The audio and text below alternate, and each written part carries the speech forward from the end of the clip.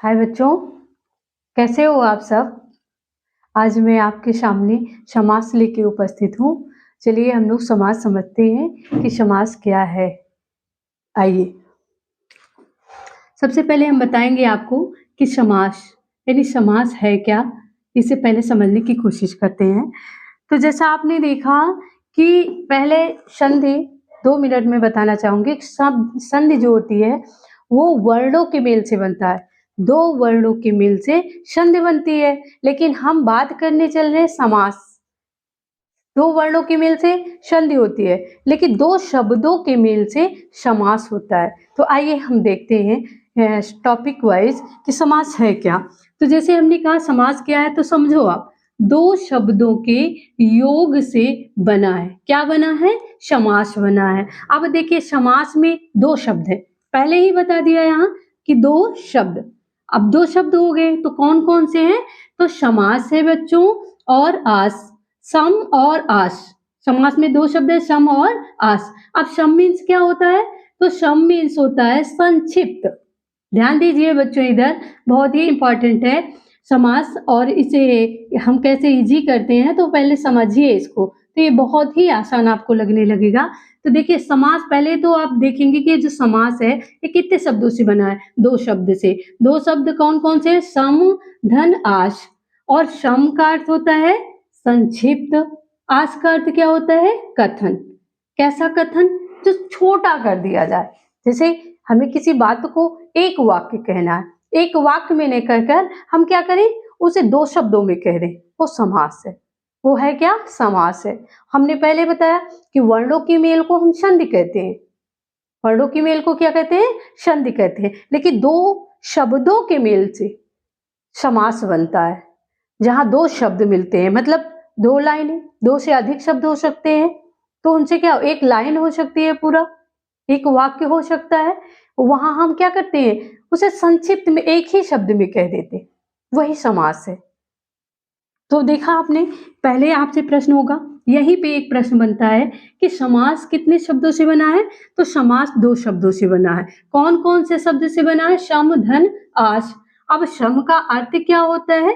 तो सम का अर्थ होता है बच्चों संक्षिप्त, और आस का अर्थ क्या होता है? तो कथन। यानी कहने का भावार्थ क्या है कि जहां 2 या 2 से अधिक शब्दों से मिलकर, क्या हो, मिलकर बने हुए एक सार्थक, अब यहां पकड़िए आप, एक सार्थक शब्द को समास कहते हैं।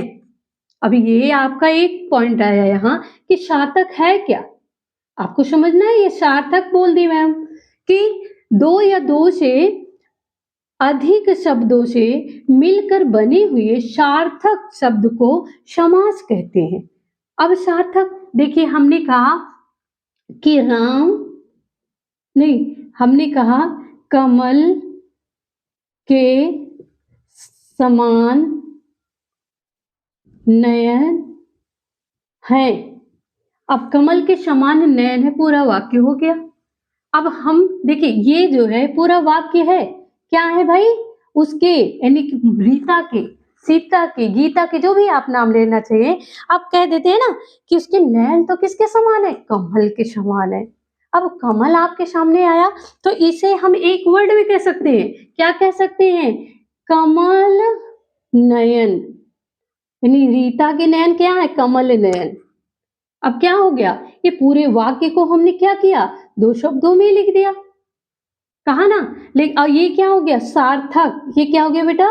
सार्थक शब्द। अब ये सार्थक शब्द क्यों हुआ? क्योंकि वाक्य एक सेंटेंस में है।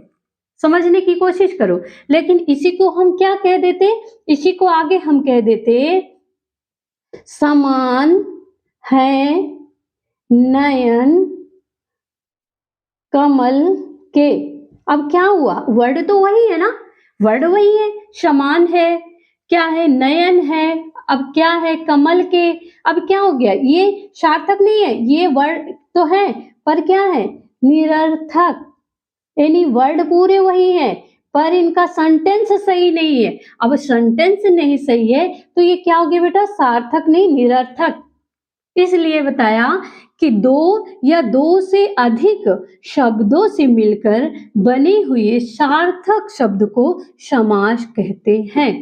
तो आपने समझा, आप समझ गए होंगे कि सार्थक क्या है और निरर्थक क्या है। सार्थक होता है जो एक सेंटेंस में होता है, लेकिन उन्हीं शब्दों को तोड़कर हम अलग अलग रख देते हैं तो निरर्थक होता, कोई वाक्य नहीं बन पाता है। ऐसे शब्द को, ऐसे वाक्य को हम निरर्थक बोलते हैं। जैसे शब्द में समझाते हैं, आप संधि में भी दो वर्णों के सार्थक मेल को हम संधि कहते हैं। यहाँ तो शब्द था, यहाँ क्या मिला था बेटा, आप इसको भी देखिएगा। एक प्रश्न यहीं से उठता है कि संधि, एक देखिए संधि किसके मेल से बनता है, तो संधि वर्णों के मेल से बनता है।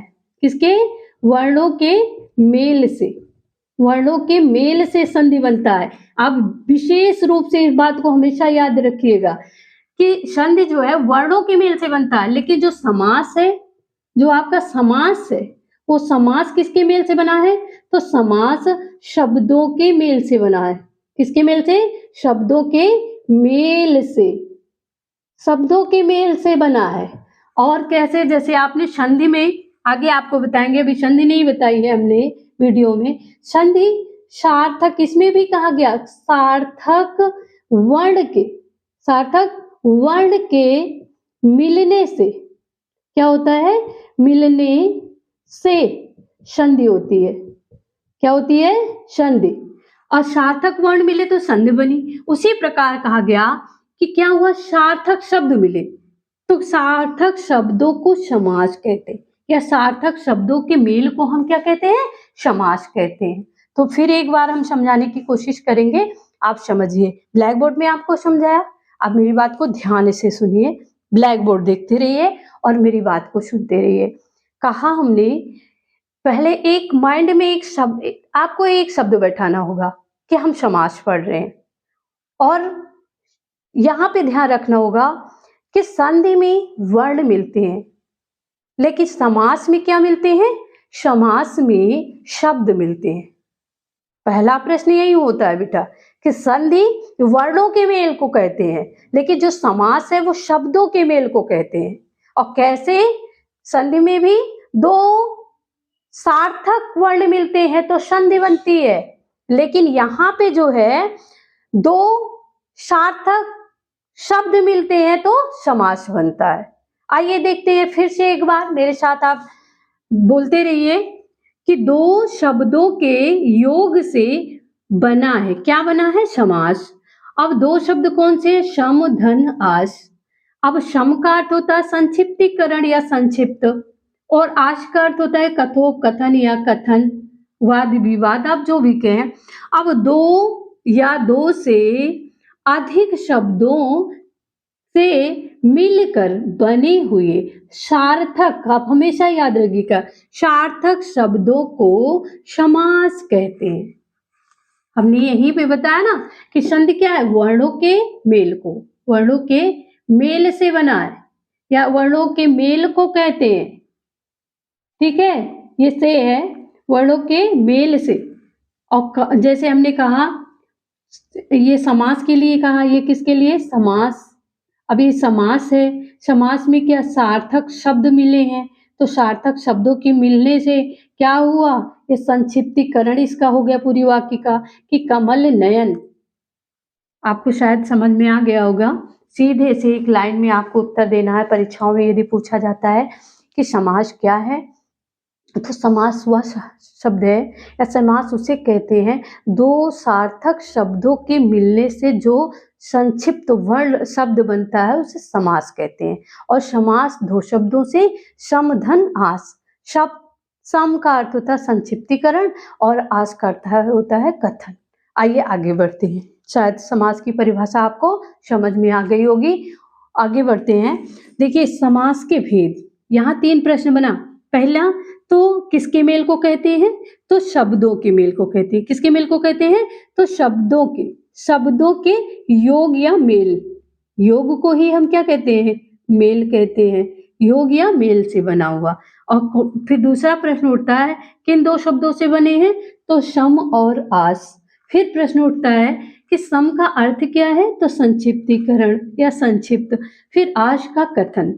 और कैसे शब्दों से मिलकर बने हैं, सार्थक या निरर्थक, तो सार्थक शब्द। अब इसको समझ गए होंगे कि जो सेंटेंस में होता है उसको सार्थक कहते हैं, और उन्हीं शब्दों को तोड़कर त्रुटिपूर्ण रख दिया जाता है तो उन्हें हम निरर्थक कहते हैं, जो उनका कोई मतलब नहीं होता। जैसे हमने वर्णों के मेल को कहा, जैसे जा, धन, ला। अब ये देखो दो शब्द मिले, दो शब्द मिल गए ना, पहले ये रूढ़ बता रहे हैं, ये संधि नहीं है, तो ये क्या हो गया, जा और ला मिल गया तो क्या हो गया, जल, ये वर्ण मिले। अब इनको देखिए, हमने कह दिया विद्यालय, क्या कहा, विद्या, धन, आलय, एक शब्द बोला ना।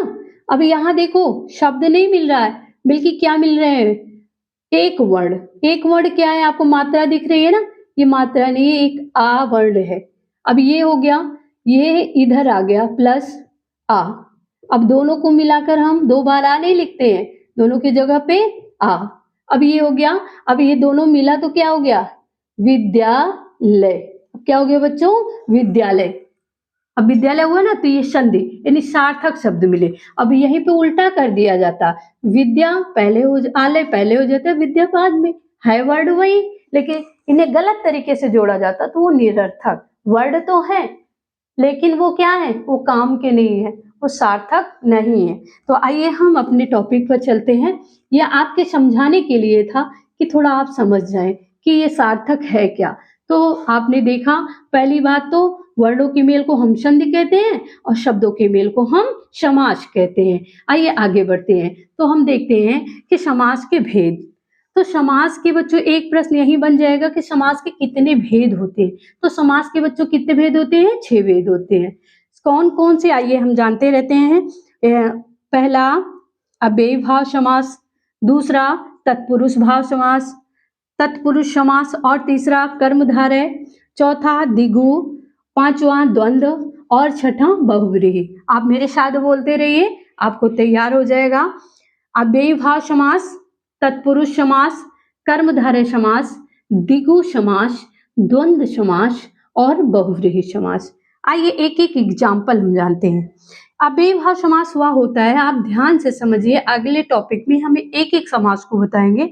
थोड़ा सा यहाँ समझाने की कोशिश करते हैं कि अव्ययी भाव समास हुआ होता है जहां अव्यय लगाओ, उपसर्ग जानते हो बच्चों, उपसर्ग, उपसर्ग कहाँ लगता है, उपसर्ग पहले लगता है ना, तो उसे उसी तरह मिलता है, अव्यय होता है वो, उसे हम क्या कहते हैं, अव्यय कहते हैं। जो मूल शब्द के पहले लगता है उसे क्या कहते हैं, आपके समझाने के लिए हम आसान तरीके से बता रहे हैं कि उपसर्ग पे आप जैसे उपसर्ग निकालते हैं ना, वो आगे लगा हुआ है, भाव, भाव में आ लगा दिया तो क्या हो गया, अभाव, तो ये तो उपसर्ग है। उसी प्रकार एक अव्यय शब्द होते हैं जो क्या होते हैं, ये शब्द मूल शब्द के पहले लगते हैं। एक एक एग्जाम्पल हमने रखा है, जैसे उदाहरण, जिसको आप उदाहरण कहते हैं कि प्रतिधन, प्रतिदिन, क्या हो गया, प्रतिदिन। अब ये दिन तो मूल शब्द है, दिन क्या है आपका, मूल शब्द है, ये एक मूल शब्द है दिन। दिन में क्या लग गया, दिन में आपके लग गया प्रति, प्रति जो है ये क्या है बेटा, उपसर्ग या अव्यय कहते हैं इसको, अव्यय।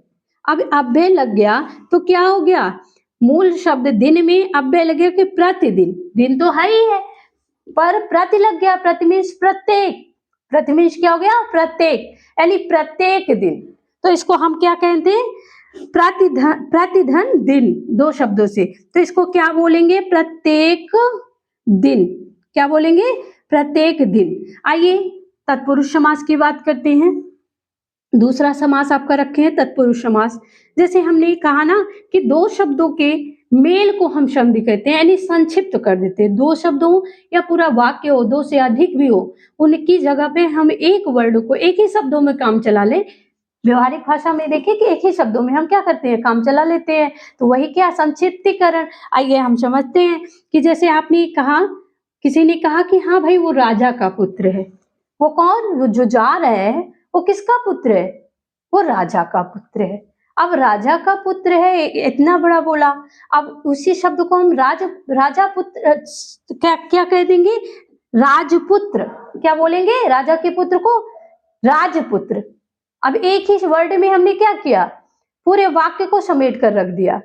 ये तत्पुरुष समास है। देखिए इसमें तत्पुरुष के भी 6 भेद होते हैं। ये अलग-अलग हम जब जाएँगे तत्पुरुष आपको पढ़ाएँगे विस्तृत, तो वहाँ बताएँगे। यहाँ क्या लगा है? राजा का पुत्र यानी संबंधवाचक है। क्या है? संबंधवाचक। इतना आसान नहीं है बच्चों, इसको आपको समझना होगा आगे। वाचक समास, संबंधवाचक समास या संबंधवाचक तत्पुरुष कहेंगे आप। तत्पुरुष, ये कौन सा तत्पुरुष है? तत्पुरुष समास में भी है। और कौन सा तत्पुरुष है? संबंध का लगा है ना, का। देखिए, कर्ता ने कर्म को करण से के द्वारा संबंधान, मतलब ये जो कारक है उसका प्रयोग, तो यहाँ पर क्या होगा? यहाँ संबंध कारक। आगे हम चलेंगे तो 6 कारक पूरा पढ़ाएंगे आपको तत्पुरुष समास में।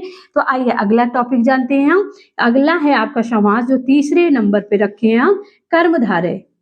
क्या है? कर्मधारय समास। अब कर्मधारय समास मतलब विशेषण, किसी व्यक्ति, किसी वस्तु, किसी स्थान की जहाँ विशेषता, वही विशेषता क्या है? उसका कर्म है। उसके, उस वस्तु का, उस स्थान का, उस व्यक्ति का जो उसकी विशेषता है वही उसका कर्म है, तो उसे हम क्या कहेंगे? कर्मधारय समास। जिसने कर्म को, विशेषता को धारण किया है। और कैसी विशेषता? खास विशेषता, विशेष विशेषता, मतलब सबसे अलग विशेषता, वो क्या है? कर्मधारय समास। आइए इसको समझते हैं। देखिए, जैसे हमने कहा कमल के समान है नयन, मतलब अरे वो जो जा रही है उसकी आंखें इतनी अच्छी है। जैसे लोग कहते हैं ना, कमल की पंखुड़ी के समान है या कमल के समान है कहते हैं, तो हम उन्हीं शब्दों को एक ही शब्द में कह देते हैं। कैसे? शब्दों को हम कह रहे हैं ना, मतलब अनेक शब्द, शब्दों को लगाया बहुवचन तो अनेक शब्द। आइए हम देखते हैं कि कहेंगे कमल के समान नयन। अब इसको हम एक ही वर्ड में कह देते हैं कि कमल नयन। अरे उसके नयन तो क्या है? कमल के समान है, तो हमने कहा कमल नयन, कह दिया ना। यानी नयन क्या किया है? विशेषता धारण की है। नयन ने क्या किया है? विशेषता को धारण किया है। और कैसी विशेषता? कमल रूपी विशेषता। तो ये कम, जहां पर विशेषताओं को धारण किया हो उसे क्या है? उसे कर्मधारय समास कहते हैं। आइए हम द्विगु समझते हैं। द्विगु समास वह समास होता है, एक ही वर्ड में आप जानिए, जहां संख्या लगी हो। व्यवहारिक में आप माइंड में बैठाने के लिए जहां संख्या लगी हो, जैसे चौराहा, 4 राहों का समूह है। एक आता है पंचवटी, 5 वटों का समूह। लेकिन पंचवटी बच्चों आगे आगे बहुत लॉन्ग है, इसको हम टॉपिक को पढ़ाएंगे। पंचवटी में विवाद है, ये अपवाद में रखा गया है। ये दोनों में आता है। एक प्रश्न उठता है ना कि पंचवटी किस किस में आता है समास में, तो पंचवटी इसमें आता है, मतलब संख्या है, तो संख्या होने के नाते ये द्विगु समास में भी आता है। और दूसरा 5 वटों का समूह आपने कह दिया, तो ये क्या हो गया? ये संख्यावाचक। फिर वह वट जहां सीता रहती थी, वह वट जहां सीता रहती थी, तो वहां सीता रहती थी, तो कहाँ रहती थी? पंचवटी। कहाँ रहती थी? पंचवटी। तो ये क्या हो गया? अन्य के लिए प्रयोग हो रहा है, तो ये बहुब्रीहि समास हो गया। अभी आगे बता रहे हैं। तो तिरंगा, इतनी बात जानिए, जहां संख्यावाचक हो उसे हम क्या कहते हैं? मतलब कि द्विगु समास कहते हैं। जैसे कहा 3 रंगों का तिरंगा, 4 राहों का चौराहा। ऐसे ऐसे आप आगे पढ़ाएंगे आपको विस्तृत में जाके। फिर हम पढ़ते हैं द्विगु, 5वें पे आते हैं द्विगु समास। द्विगु समास में देखिए एक चिन्ह होता है, बीच में डैश लगा होता है ना। आप ध्यान से देखिएगा। जैसे एक एग्जाम्पल लिया, एक उदाहरण हमने लिया है, आगे विस्तृत हम आपको बताएंगे। द्वंद्व समास, जैसे कहा आपने, इसमें भी कई भेद होते हैं। अंदर जाके बेटा ये बहुत ही डिफिकल्ट पॉइंट है द्वंद्व समास भी, लेकिन हम यहाँ पे बस एक एग्जाम्पल के माध्यम से आपको समझाने की कोशिश कर रहे हैं। द्वंद्व समास, अब हमने कहा कि जहां जोड़ा हो, क्या हो? जोड़ा। अब सीधी सी बात जान ले, जहां डैश होता है, ये डैश की जगह हम और शब्दों को जोड़ते हैं। क्या जोड़ते हैं? और। जैसे कहा आपने देश विदेश, तो आप क्या कहेंगे? देश, देखिए देश और विदेश, क्या कहेंगे? देश और विदेश। ऐसे, जैसे इसके स्थान पे हमने रख दिया कि ऐसे, देखिए जैसे हमने रख दिया माता, तो ऐसे सीधे नहीं लिखेंगे कि माता पिता ना, गलत माना जाएगा।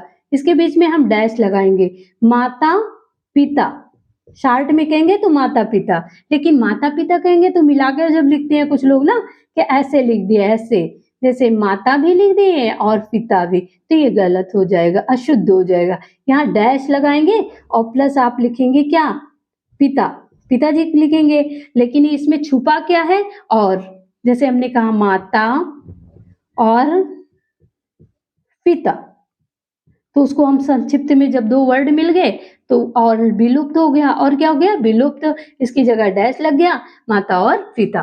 तो ये द्वंद्व है बेटा, जैसे रात और दिन, जैसे सुबह और शाम, जैसे भाई और बहन, बहुत सारे एग्जाम्पल हैं। तो ये क्या है, द्वंद्व, जहां और छिपा है या डैश लगा है या जोड़े से है, कई बातें हैं हम आपको बता रहे हैं। जोड़े से आप सेंटेंस बैठाइए कि क्या बैठ रहा है, जो बैठ गया उसमें और छिपा हुआ है, डैश लगा हुआ है, ये हम कई पहचान आपको बताए तो तुरंत आप पहचान जाइए ये कौन सा समास है, द्वंद्व समास। आइए हम बहुव्रीहि की बात करते हैं। जैसे एक एग्जाम्पल रखा है आपके सामने, दशानन, क्या रखा है बच्चों, दशानन।